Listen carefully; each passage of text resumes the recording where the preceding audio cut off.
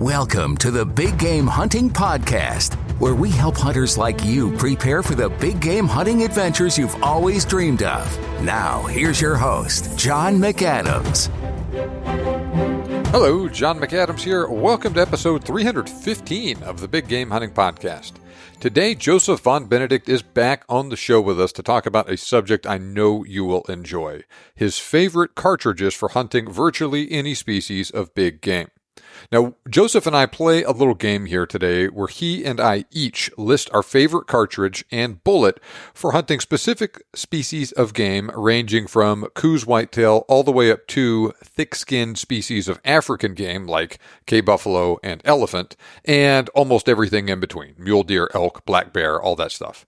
Now, the catch is that we cannot reuse a cartridge for multiple species. We can reuse bullets if desired.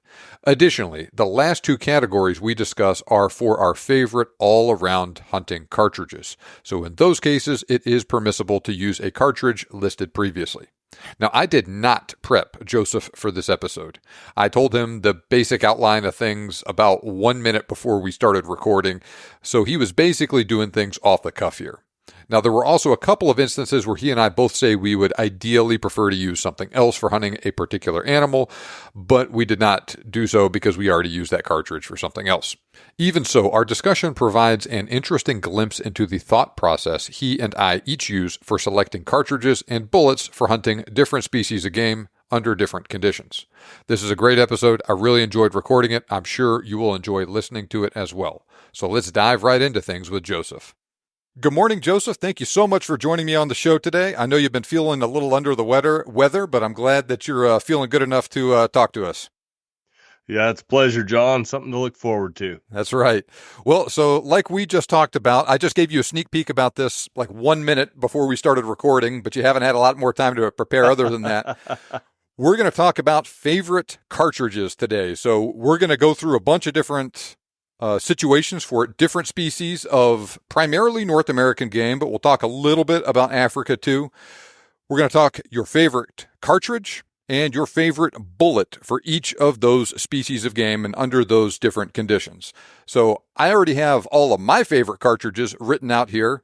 We'll see what yours are for each one of these, and then after you give me yours, I'll share mine with the audience. We can talk about it for a second. If there's anything to talk about with that situation, then we'll move on to the next one, if that sounds good to you. Perfect. All right, so first one, what is your favorite cartridge for hunting eastern whitetail deer? And we'll call it situations 150 yards and closer. Okay, so in full disclosure, I don't have a lot of experience hunting eastern whitetail deer. I've done it a bit, but I've done a lot more whitetail hunting in the Midwest and then some across the West. But I would say, and I'm going to raise some eyebrows of some of my Western friends here, but if I had to choose just one to do that for the rest of my life, it'd be a 308. Man, it's funny. That was my choice as well. What is your bullet choice for that situation? I'd probably go with 150 grain Nosler AccuBond, just because it's fairly fast shooting, flat. You don't ever have to worry about holdovers inside 200, 250 yards. It's got enough bullet weight, and combined with its bonded core construction, it'll drive through the vitals from any reasonable shot angle on a eastern whitetail. Mm-hmm. So my choice for this one was a 165 grain Federal Fusion. I was thinking about an AccuBond too, but I've used the AccuBond for some of the other situations, and I can reuse it, but I didn't want to use it for everything. And it's one of these situations where there's a whole lot of stuff that'll work really well on whitetail deer, especially when your ranges aren't that far. I killed my first 2 deer with a 308, and I live out in East Texas. A lot of the situations I hunt deer in are just like this. I think I took my first shot over 100 yards. I think when I was in college or something, because it's just so thick out here, and man, the 308 just so wonderful for these sort of situations. It works in other stuff too, but I agree with you that this is just a wonderful situation for the 308, and I don't even mean that as far as damning by faint praise or anything either. Sure. So, all right, let's move to a little bit different situation. We'll call this more Western style hunting, mule deer, or western whitetail in situations where ranges are a little bit farther than what you would encounter, say, where I hunt or east of the Mississippi. And this is not the all-around favorite best for everything, right? So, all right, that is a good point that you make here. You can reuse one cartridge that you would use for all around for everything and for this. So you can use it twice if it's for this one and for the all around one. Sure. Okay, western deer, whitetail, and mule deer.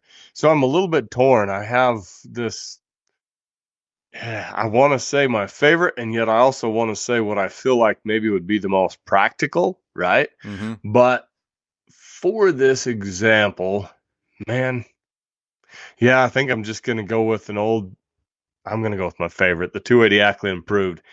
And it's just, I guess the reason is because it's broad spectrum capable, but it's really good for deer sized game. You can push a handy 7mm bullet with some good aerodynamics, pretty darn fast. It's inherently accurate, and it's very authoritative on deer sized game, to include such things as wild sheep, mountain goats, aoudad, and so forth. Mm-hmm. What bullet would you pick if you had to pick one? Pick one just for deer. Just for deer. Yeah, I should have put a little bit of thought into this. My brain starts doing loop-de-loops and can't figure it out. You know what? 155 grain terminal ascent bullet by Federal. All right. So you are not too far off from me in this respect. I chose a 270 Winchester here, 145 grain ELDX. Once again, specific for deer. I think the 270, it is hard to top the 270 in that deer realm. Of course, the 270 works for bigger stuff and whatnot too, but if a guy wanted one cartridge to hunt nothing but deer all over the country, it'd be hard to go wrong with a 270 or really a 280 AI either. Well, and I'll tell you, John, my close contender there was the other one I almost said was the 6.8 Western, which is another 270 caliber cartridge. It's just a little better with the heavy high BC bullets that do so well at extended ranges. So that was a very close runner-up for me. All right, fair enough. Good deal. I was wondering where the 280 would fall for you, and I was not surprised to see it on the western deer hunting. All right, so we'll stay out west here. What about pronghorn? Okay, that's another challenging one. I want to say 25-06 because it's such a legendary cartridge across pronghorn country, but I confess I've never killed one with a 25-06, so I don't feel like I can honorably say that's my favorite, right? I do like something fast and flat shooting, but I also like a little better aerodynamics than most of the 25s the quarter bores are capable of providing. So I'm going to say the 6.5 Weatherby RPM. Okay. And what bullet you like for that one? I would go with a bonded core tipped bullet. I really don't care. Whichever the gun shot better, it'd be either 130 grain AccuBond or 130 grain Swift Sirocco 2. Yeah, in this case, I went with the 6.5 Creedmoor, very plain vanilla 143 grain ELDX bullet. So boring, John. Yeah. Yeah, I'll tell so practical. I was preparing for a pronghorn hunt out in Colorado a couple years ago, and I wanted to take a 6.5 Creedmoor on that hunt, and I tried darn near everything that you could think of in that rifle. I was trying the terminal ascent, I was trying the different Barnes loads, all kinds of stuff, right? And honestly, the thing that shot by far the best out of that rifle was that 143 grain ELDX. And I'm like, why try and complicate it unnecessarily? That's a great bullet for pronghorns. Good bullet for a lot of things. I shot a black bear in Montana after a gnarly climb up some pretty steep mountains with that the 6.5 Weatherby RPM and 143 grain ELDX. Worked fine. About how fast is that Weatherby cartridge pushing 143 grain bullet?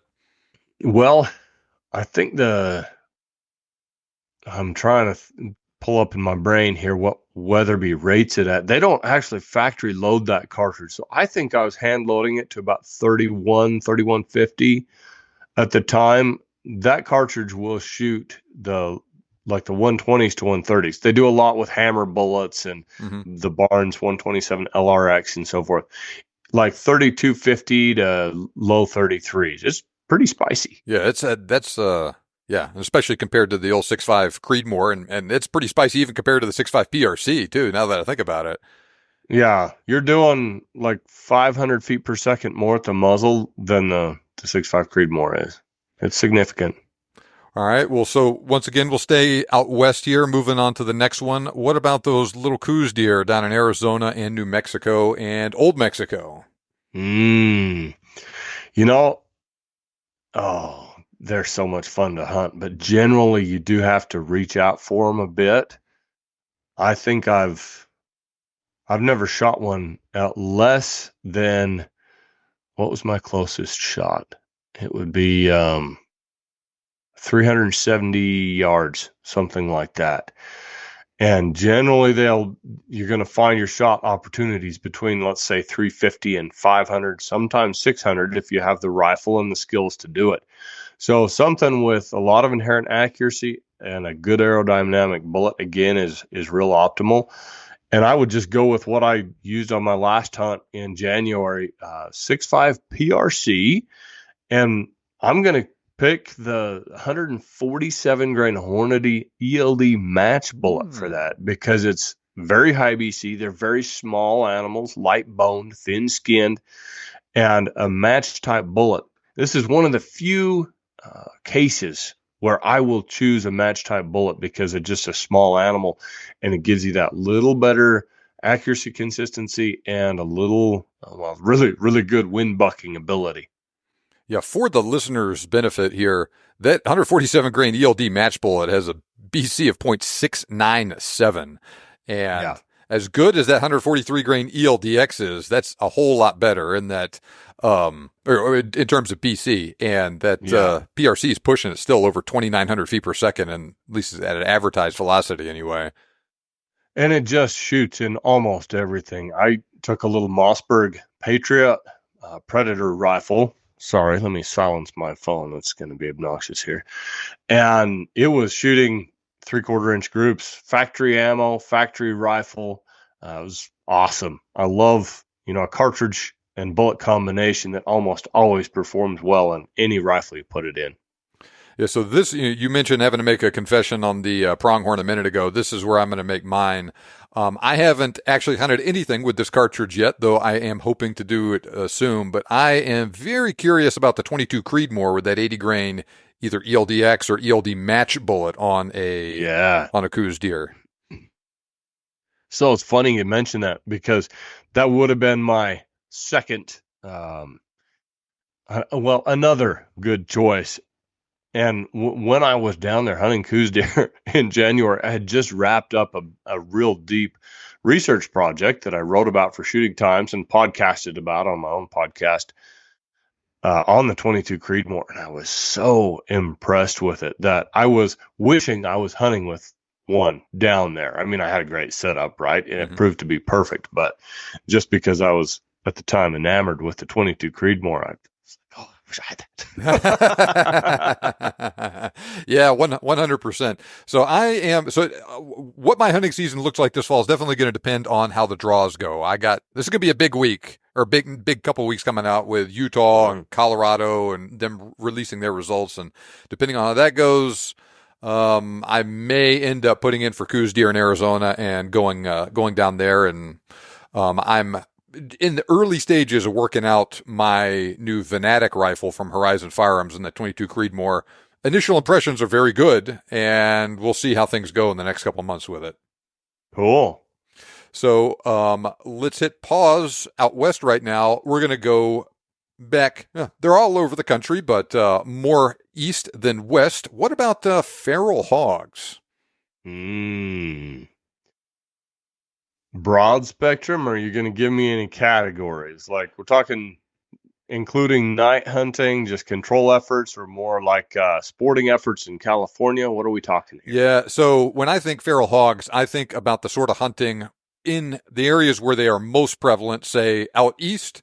You can do it at night, and that's the cartridge that I'm going to pick here. And I'll tell you here in a second and let you think about it some more. This is what I hunt them with where I live at night and during the day. 300 blackout and an AR-15, 110 grain Barnes TAC TX bullet.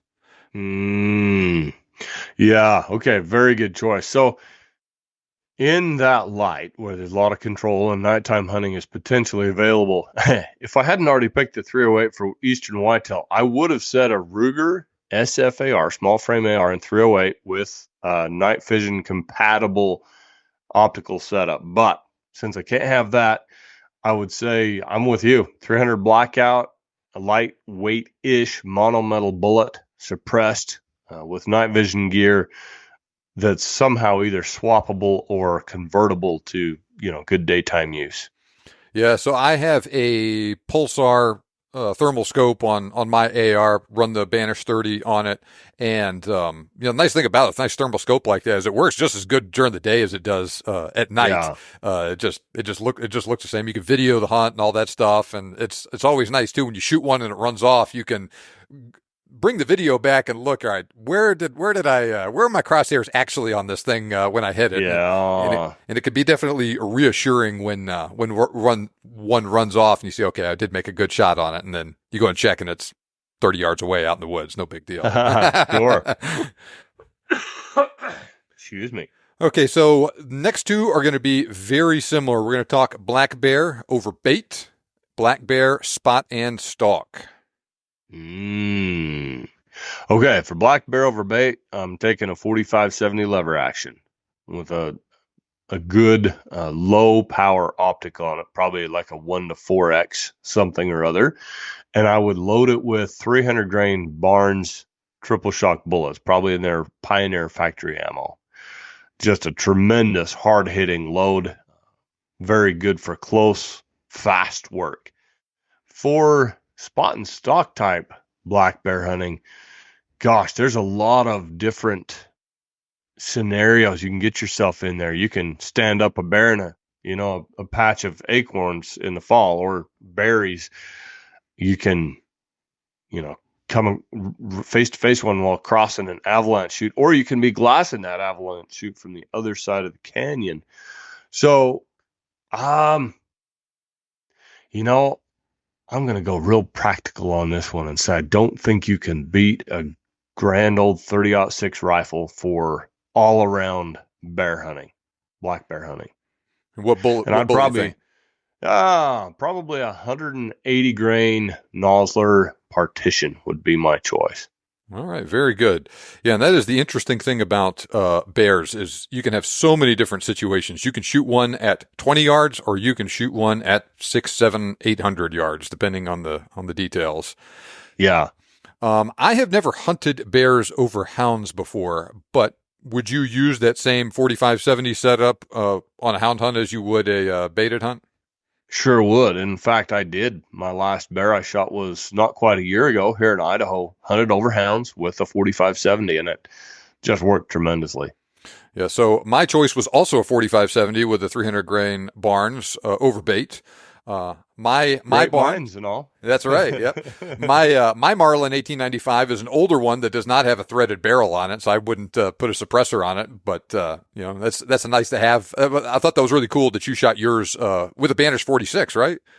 Yes, and it's fantastic. If you're prowling through alder thickets in Alaska, maybe you want the suppressor gone and a shorter barrel. But in a case like that, your point of impact shift, the little bit you're going to get when you take that suppressor off, just not a big deal. Carry your thread protector in your pocket. And if you have to follow something into alders, spin the suppressor off, put it in your pack, and go in with a short barrel. So that particular Marlin 1895 that you used on that hunt, how long was the barrel on it?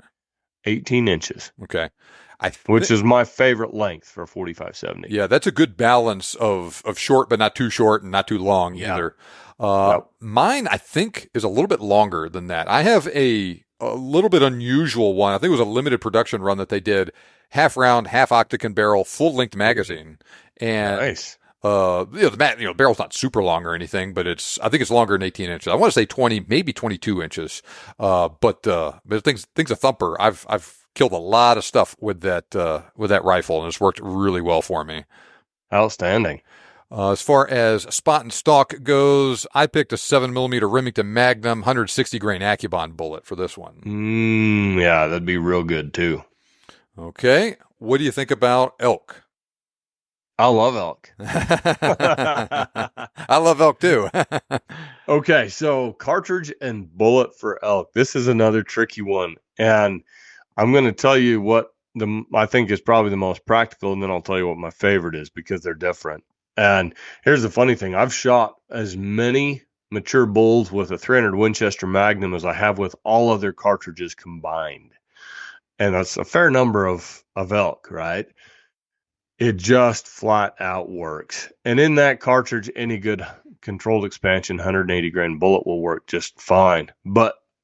And that's probably the most practical choice there is for all-purpose stuff. If you're kind of on the cutting edge of the shooting industry and you like the better cartridge design, the greater efficiency, the heavier high BC bullets, I would definitely opt for the 300 PRC instead. Just a fantastic elk clobbering cartridge. That's it. Oh, and in that one, I'd probably shoot one of, let's see, Federal has a new terminal ascent bullet that's optimized for that cartridge, 210 grains or something like that. Really good. Or the 208 grain Barnes LRX bullet. Yeah. Yes. Now, all that said, my favorite cartridge to hunt elk with is a 300 H&H. It's just fantastic. It's retro. Mm-hmm. It's almost 100 years old. It is 100. Let me think. No, the 375 H&H is 100 years old, 102. The 300 H&H, known as the Super 30, the original 30 caliber Magnum. I'll have to go back and look up some dates, but it's nearing 100 years old, 80 to 100. And I have shot some good bulls with that cartridge. I love how smooth feeding it is.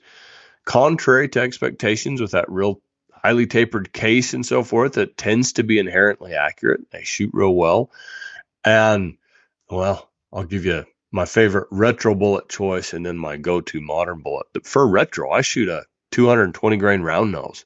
The rifle loves them. They hit super hard. They don't penetrate real well unless you go with the nozzler partition version. But for a more cutting-edge, longer range modern bullet, I really like Federal's factory load with 180 grain trophy bonded tip. Super good load. All right, so 300 H&H is your final answer for this one? Final answer. Lock it in, John. There you go.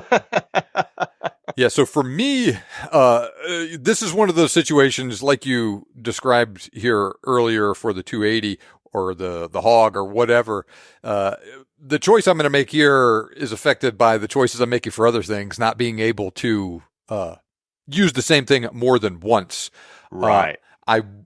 All other things, if I just wanted to pick my favorite cartridge to hunt elk and I didn't have to worry about any of those other arbitrary limitations I put on it, I would have gone with a 300 Win Mag. But in this case, I went with a 7mm PRC. And hopefully I will actually get to use it this year, depending on how the draws and whatnot go. I'm very curious to see how that 170 grain terminal ascent bullet from Federal works out on elk. It'll be terrific. That's a fantastic bullet. I've used that bullet on Aoudad, and it's super impressive. I'm making an effort this year to hunt as many things with different 7PRC factory loads as possible. And cool. That is one of them that's on the list. The soon to be announced Barnes load is going to be on the list. The new Core-Lokt tip, Federal fusion tipped, all that stuff. Okay, sure. So it's just a matter of getting the tags and doing the hunts and whatnot. That's a rough life. Yep. So for me, the reason I didn't pick the 300 Win Mag for elk was because I used the 300 Win Mag with the 200 grain terminal ascent for moose. What is your choice there? For moose? Mm-hmm. Okay, I'm going to be a little unconventional here and not go with, one of the common ones.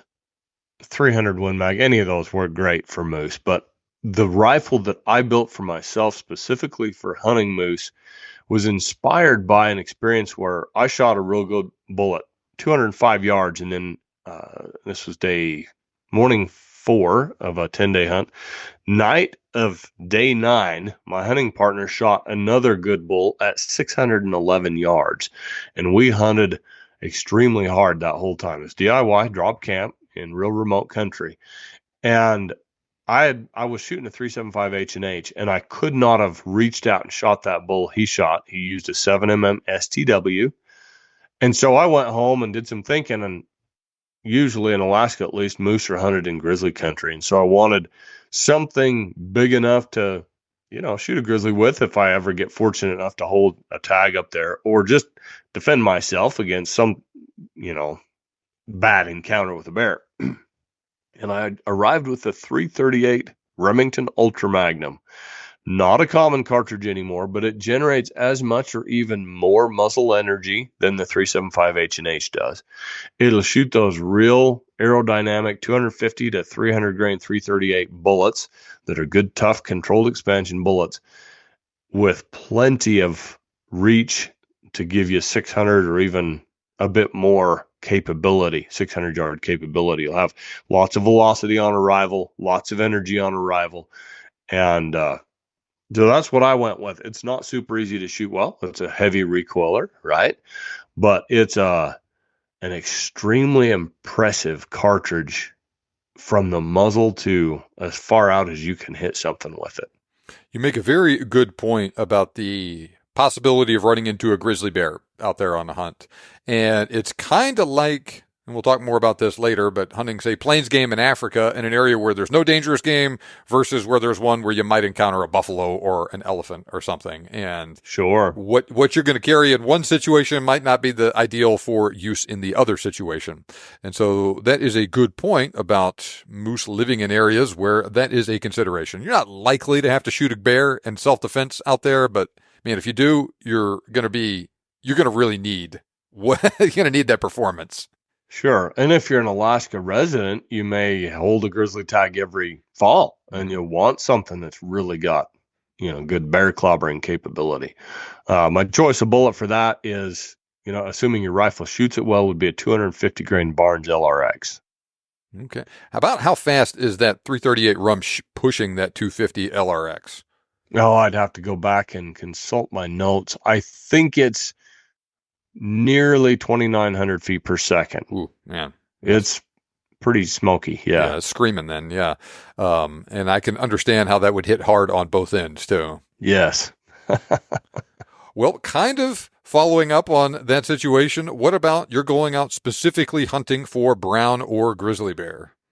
Okay. So grizzly bear, less of a challenge. I don't think people differentiate them enough. It's less of a challenge, I should say, to a cartridge and bullet. Sometimes harder to hunt, as I understand, but a good 338 with a controlled expansion bullet, I think, is pretty darn good for the mountain grizzlies, the interior bears. But when you're talking coastal bears, it can be 1,000 pounds and up, and maybe as much as half again that much in rare cases. I think more is called for, and you're not going to be taking super long shots on those very dangerous, potentially dangerous animals. So unless you're trying to stop something that's wounded and trying to escape, probably never going to shoot past 200 yards for your initial contact shot. So 375 Holland & Holland is my cartridge of choice for that.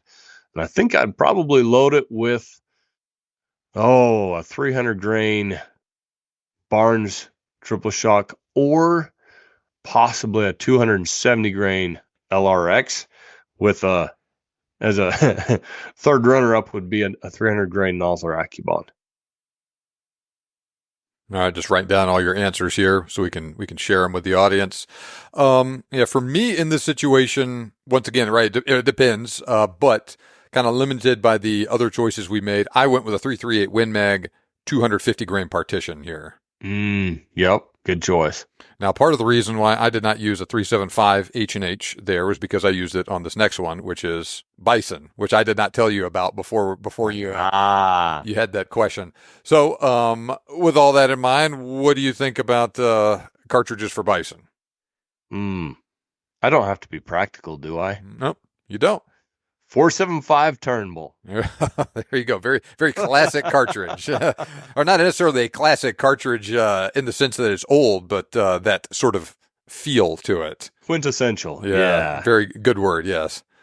And 400 grain Barnes triple shock there. Barnes actually worked with Doug Turnbull to design an optimum triple shock bullet for the 475 Turnbull. I've seen it work on Cape Buffalo and various plains game from Warthog up, so I know what it'll do. Now, for the audience members who are not familiar with the 475 Turnbull, can you give them a one-paragraph description of what that cartridge is? Sure. Doug Turnbull, several decades ago, wanted to generate a better high-octane lever-action cartridge. So he necked down, I believe it's a 5090 cartridge case, turned it into a bottleneck case that will hold 475 diameter bullets, typically bullets designed for double-barreled express rifles, designed for dangerous game hunting in Africa. And it shoots them anywhere from about 1,800 to 2,200 feet per second, depending on bullet weight. My rifle has a 26-inch barrel, will hold 6 in the magazine. So 7 in the magazine plus 1 in the chamber. Yeah, it's a lot of cartridges. So assuming you can run a lever action fast, you've got a ton of firepower. I've loaded everything from 275 grain light bullets designed for the 475 line ball and the 480 Ruger revolvers, right up to the 500 grain cartridges designed for, or bullets designed for the 470 Nitro Express. It's a ton of fun with all of them. My choices for most stuff is that 400 grain Barnes. For the really big stuff, like if I was using this cartridge on bear, I'd go with a 500 grain Swift A-frame. All right, very good. Now, you have actually killed a Cape Buffalo with a 475 Turnbull, haven't you? And a hippo, yeah. Yeah, so you're not some guy just pulling stats off the internet saying that you like this cartridge, huh? No, I love it. It's extraordinary. It's very impractical for the average person that's buying ammo down at the local hardware store, and they're not hard to find, or not easy to find. The rifles aren't, but it's a very cool, very capable cartridge. And there's an iconic film somewhere of Doug Turnbull shooting a bison with one and just drops it with one shot in a big pile of dust. It's amazing.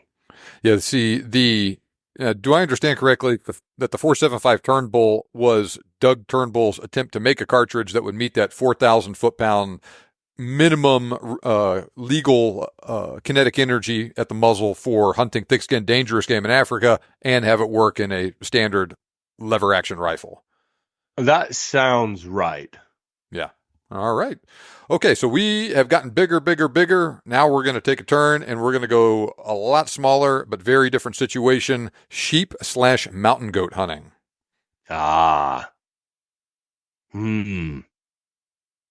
Okay. So I see what you did to me there. I've used up some of my probable favorite choices. I would have probably gone with the 280 Ackley Improved for sheep and goat if I hadn't already used that up.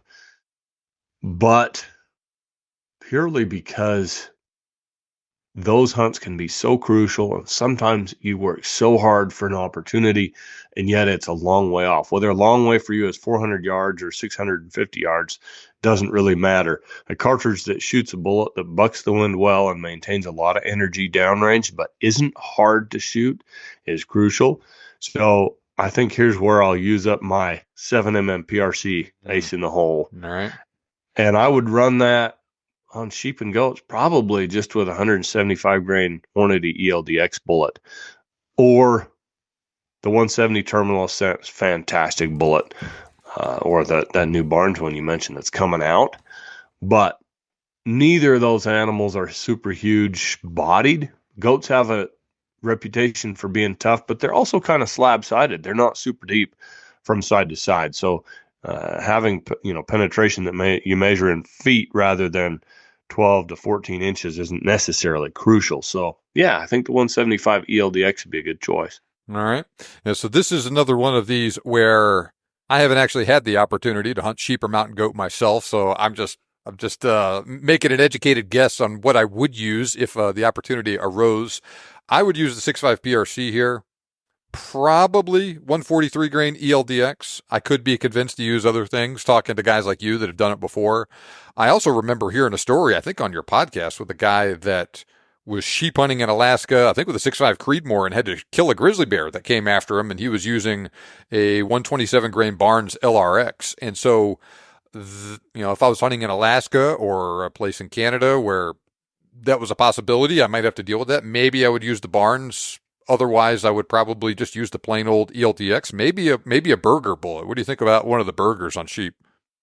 I like it for sheep, and I think you'd be served very well on broadside shots for goat. Mm-hmm. If you had to take a steeply quartering shot on goat, I would worry a bit, but you'd probably be okay.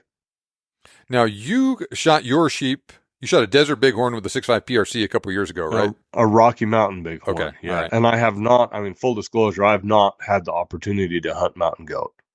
All right. Bucket list. So you shot that sheep with the 6.5 PRC. What bullet did you use in that case? 130 grain Federal Terminal Ascent bullet. And it sounds like you were fantastic. Pretty pleased with that?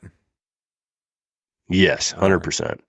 All right. So for the listeners that are interested in learning more about that, 174, episode 174, Joseph actually came on my podcast and talked about that particular sheep hunt in detail. So you went with the 7 PRC, 175 grain ELDX. Yeah, I think that's a wonderful choice too. I mean, heck, if I drew a sheep tag this year, and I'm sure I won't, but I'd be tempted to use that cartridge and something along those lines for a bullet too. Okay, let's go across the pond from North America to Africa. Hunting plains game, dangerous game is not a possibility for you. So just the whole variety of plains game, the stuff you'd normally be hunting over there. What cartridge do you like for that? Geez, I've used up most of my favorites. I'm going to go back to the practical side, and since my final answer for elk was the 300 H&H, I'm going to say the 300 Winchester Magnum is just a tremendous all-purpose cartridge for hunting in Africa on the vast spectrum of plains game. All right. What bullet you like here? 200 grain Federal Terminal Ascent. Yeah, I have had a number of clients come over with either a 300 Win Mag or a 300 Short Mag with that 200 grain Terminal Ascent, and oh my gosh, it's just worked fantastic. Those guys, that was the first experience with that bullet for my PHs and whatnot over there. And they're like, God, this thing is amazing. What is it? I was like, well, it's a trophy bonded bear claw that's kind of fancied up a little bit and got a new name. Like, oh, well, that's why it worked so well then. Yeah. Really optimized for aerodynamics. Mm-hmm. Yeah. I've used that bullet. I think I shot 16 animals, mostly management animals, on one safari, just doing bullet testing. And in the interest of journalistic research, because it's designated as an extended range bullet, right?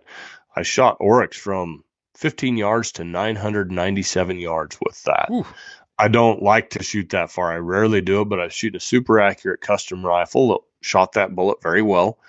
And my PH and I set up in just the right position where we could do it as ethically as possible. And my word, it worked. Yeah. And you said that was a 300 Win Mag with the 200 Terminal Ascent that you made that long shot with? Mm-hmm.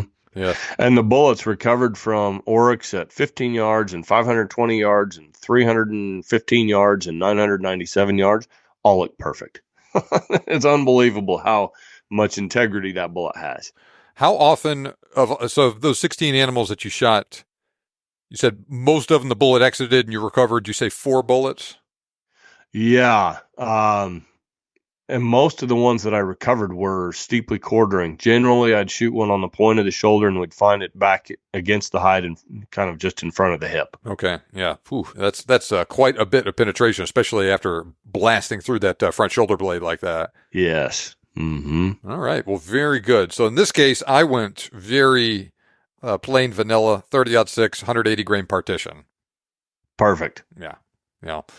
Sometimes it pays to be cutting edge and real sexy, and other times it doesn't. And I think this is one that would work really well. I considered using a 300 Win Mag here too, but for if I were hunting, say in the Kalahari or something like that, I would lean more towards the 300 Win Mag. But in thicker country where I wouldn't be as likely to be taking something past 200 yards, I like the 30-06. Sure. All right, you're going to Africa, thick-skinned, dangerous game, safari. What are you bringing for your buffalo, your elephant, your hippo, all that sort of stuff? Not going to hunt plains game with this cartridge. Well, I'm not affluent enough to have a double rifle, and so we'll just leave that out. Plus, I confess I'm a little bit of a, the traditionalists would say a magazine rifle man. Mm-hmm. The rest of us would say bolt action rifle guy, just because you can put an optic on it and you can switch loads and adjust that optic's sighting, to be aim, point impact. That's hard to do with a double rifle. And you get a little more reach. I do like the fact that you can usually have 3 to 5 cartridges on tap, but I'm getting off on a tangent here. I would pick probably the 416 Remington Magnum for practical purposes, because it'll run in a smaller action than a 416 Rigby. The other really good option, if you're kind of on, if you're buying a rifle to go as well, would be the 416 Ruger, because their Hawkeye African is the best value out there in a controlled feed, traditional walnut stalked, polished blue, express-sighted rifle for Africa. But I have a really, really nice 416 Remington Magnum. Love the cartridge. Big variety of factory loads available for it, so you can find a good expanding bullet that shoots well through your rifle and a deep penetrating solid that will hit more or less the same point of impact out to 100 yards. So yeah, I would choose that one, and I would go with, all things considered, a 400 grain Swift A-frame for my soft, and then probably a Barnes banded solid for my follow-up shots. All right, very good. Or pachyderms. I'd use the solid on elephant. Mm-hmm. All right, fair enough. Yeah, for this one, it was a challenging thing for me here, too. If money were no object and I could have a double and all that, that'd be one thing. And I could see myself going with a 470 or a 450, 400 or something along those lines. But as this is the real world and my funds and whatnot are limited, I slid over to the 458 Win Mag here. Go with the 500 grain DGX bonded / DGS from Hornady. Great choice as well. Now, so these are the last 2 questions that are coming up. You can reuse cartridges here. So we're going to talk about your choice for the best all-around hunting cartridge, not including dangerous game. So if you're hunting things other than thick-skinned dangerous game like buffalo, we'll cartridge for that.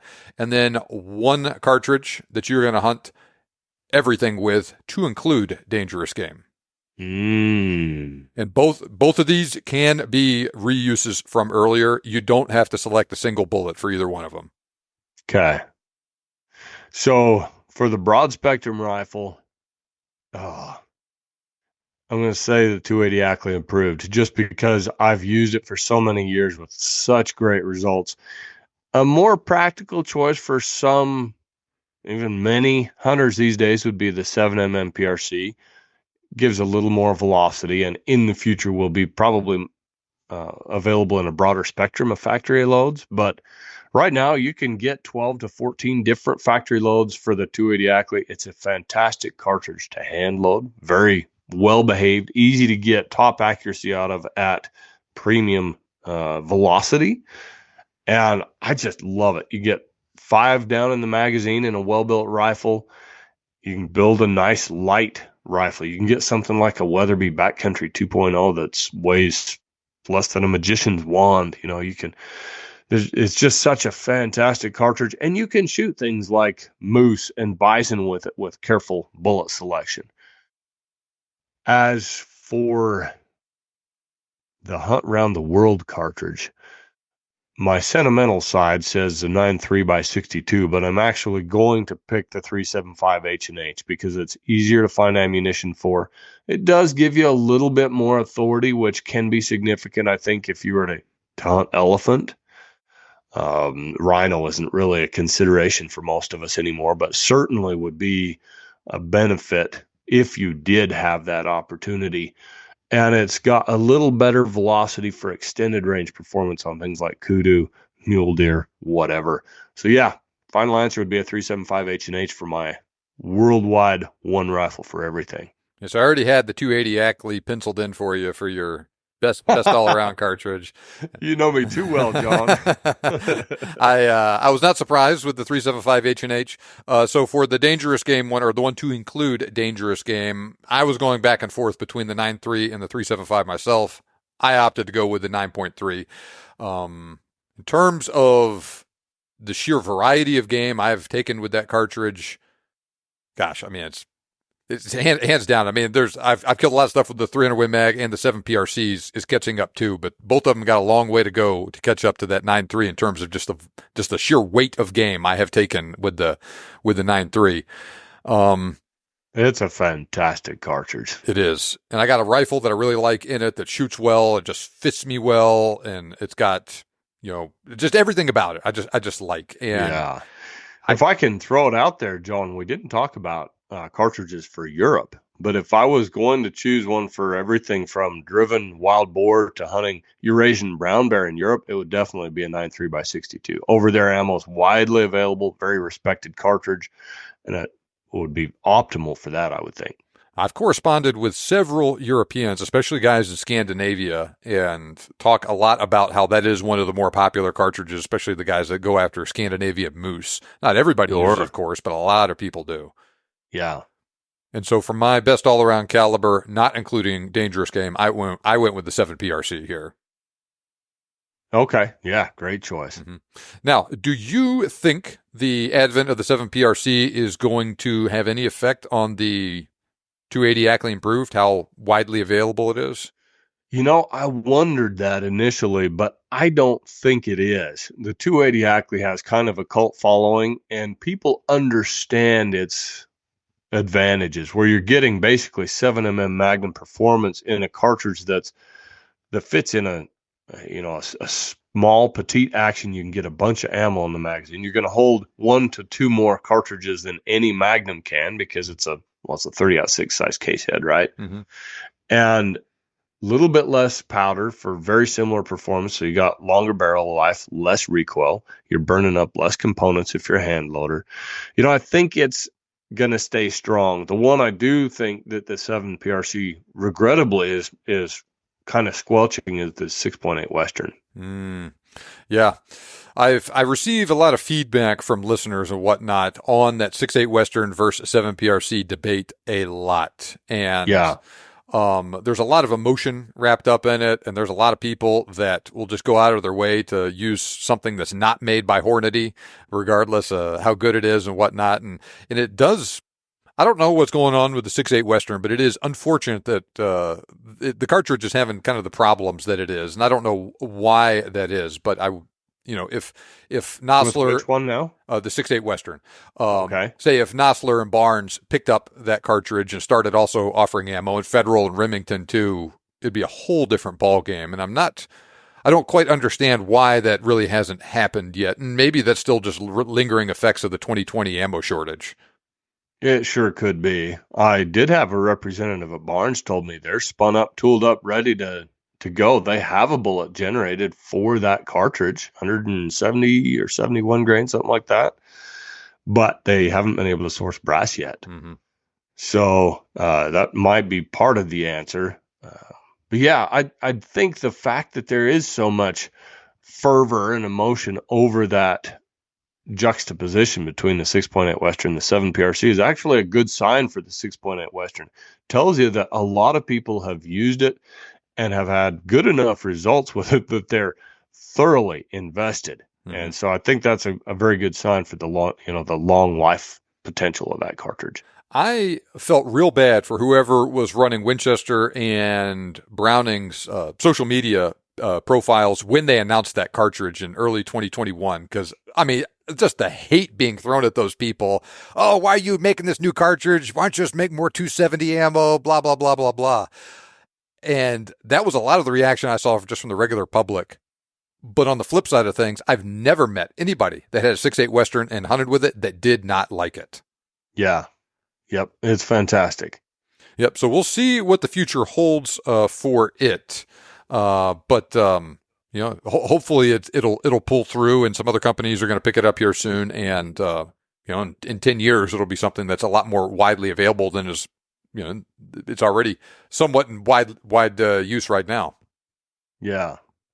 All right. Well, we have talked a lot today over the last 45 minutes about everything from hunting coues deer and whitetail deer out east to elephant and Cape buffalo and whatnot in Africa. Talked about a lot of cartridges. Very interesting choices that you made. Some of them I predicted, but others were a little bit of a curveball, like that 338 rum. But when you explained it for the moose and everything, your thought process for that was made sense. Hopefully the audience enjoyed this. I'm sure they would. Everyone likes talking about calibers and bullets and all of that stuff. And it's always good fun having you on the show and talking to you about this stuff. Thanks, John. So, Joseph, you have your own podcast, your own YouTube channel, all of that stuff. Where can people go to learn more about you and the work that you do? Sure. Well, as you said, I've got the podcast. It's called the Backcountry Hunting Podcast. You can find it on all the standard listening apps. You can find it online if you just Google it.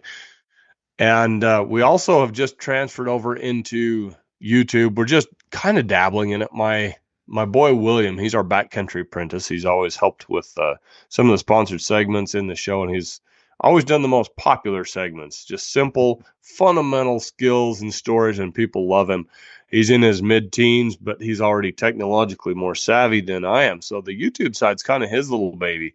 Would love to have any of you interested go over there and just search Backcountry Hunting Podcast on YouTube and subscribe for his sake, just to help him out, help him grow that. It's been doing pretty well. We're about 6 weeks in and pleased with the results. It's mostly just fun, but as far as the podcast goes, that's where the bread and butter of my audio information comes out, right? We're heavy on, kind of like you are, in cartridges, bullets, as well as how-to skills, shooting skills, rifle setup, optics, and always laced with some good old hunting stories. And then I write full-time for Peterson's Hunting, Shooting Times, Rifle Shooter Magazine, Guns and Ammo special interest pubs that you'll find in your local grocery store, all of that. Yeah. All right. Well, very good. Well, I subscribe to your YouTube channel. I listen to your podcast as well. I enjoy it when it comes out on Friday. I know a lot of people that listen to my show listen to yours as well, but if you are not already listening to the Backcountry Hunting Podcast, make sure that you are. Check it out. I will put links in the show notes or the video description to that, as well as your YouTube channel. Joseph, it is always a pleasure talking to you and having you on the show. Thanks a lot for joining us today. It's always an honor, John. Tons of fun. I hope you enjoyed listening to that discussion as much as Joseph and I enjoyed recording it. So to recap, Eastern whitetail deer, both of us selected the 308 Winchester. I picked a 165 Federal Fusion bullet. Joseph picked a 150 grain Accubon. For mule deer / Western whitetail, I chose a 270 with 145 grain ELDX. Joseph chose the 280 Ackley Improved, 155 grain Terminal Ascent. For antelope, I chose a 6.5 Creedmoor, 143 grain ELDX. Joseph chose a 6.5 Weatherby RPM, 130 grain Accubon or Swift Sirocco 2. For coues deer, I chose a 22 Creedmoor, 80 grain ELDX. Joseph chose a 6.5 PRC with 147 grain ELD match bullet. For feral hogs, we both went with a 300 Blackout. I went with 110 grain TAC TX. So did he. He also said the 308 would have been his alternate there. Black Bear over bait. Both of us, 4570, 300 grain Barnes TSX. Spot and Stalk Black Bear. I chose a 7mm Remington Magnum, 160 grain Accubon. In that case, Joseph went with the 30-06, 180 grain Partition. For elk, I chose 7mm PRC, 170 grain Terminal Ascent. He ultimately settled on the 300 H&H, 180 grain Trophy Bonded Tip, but he also talked about how much he liked the 300 Win Mag and the 300 PRC in those situations as well. For moose, I chose a 300 Win Mag, 200 grain Terminal Ascent. Joseph selected a 338 Remington Ultra Magnum, 250 grain Barnes LRX. For brown / grizzly bear, I chose a 338 Win Mag, 250 grain Partition. He selected a 375 H&H with either a 300 grain TSX or a 270 grain Barnes LRX. For bison, I selected a 375 H&H with a 300 grain Barnes TSX bullet. Joseph picked a 475 Turnbull 400 grain TSX. For sheep and mountain goat, I went with the 6.5 PRC with either 127 grain Barnes LRX or a 143 grain ELDX. Joseph selected the 7 PRC here with a 175 grain ELDX. For Africa, plains game only, I went with the tried and true 30-06 180 grain Partition. He selected a 300 Win Mag, 200 grain Terminal Ascent. Thick skin dangerous game, I went with a 458 Win Mag, 500 grain DGX/DGS. He went with a 416 Remington or 416 Ruger, but the Remington was his number one choice, 400 grain Swift A-frame. Best all-around hunting caliber, not including dangerous game, I went with the 7 PRC. He went with the 280 Ackley Improved. Best all-around caliber, including dangerous game, I went with a 9.3 by 62. He went with a 375 H&H. A lot of very interesting similarities and differences in those choices. Now, if you want to hear more from Joseph, check out his show, the Backcountry Hunting Podcast. Links are in the show notes. You can also find it basically on any podcatcher. He's also on YouTube. And of course, be sure to follow him on Instagram. Links to all that stuff are in the show notes. And finally, make sure you sign up for my email list. To do that, click the link in the show notes or go to huntingguns101.com. Sign up for my free ebook on the best hunting cartridges there. You'll get my ebook when you sign up. Plus, you'll also start to receive the emails I send out every weekday. If you like the podcast, especially episodes like this with Joseph, you will love those emails. So make sure you are getting them too by going to huntingguns101.com and signing up there. Remember, you can make your dream hunt turn into a reality, and we can help. Thanks for listening. We'll see you back here next time on the Big Game Hunting Podcast.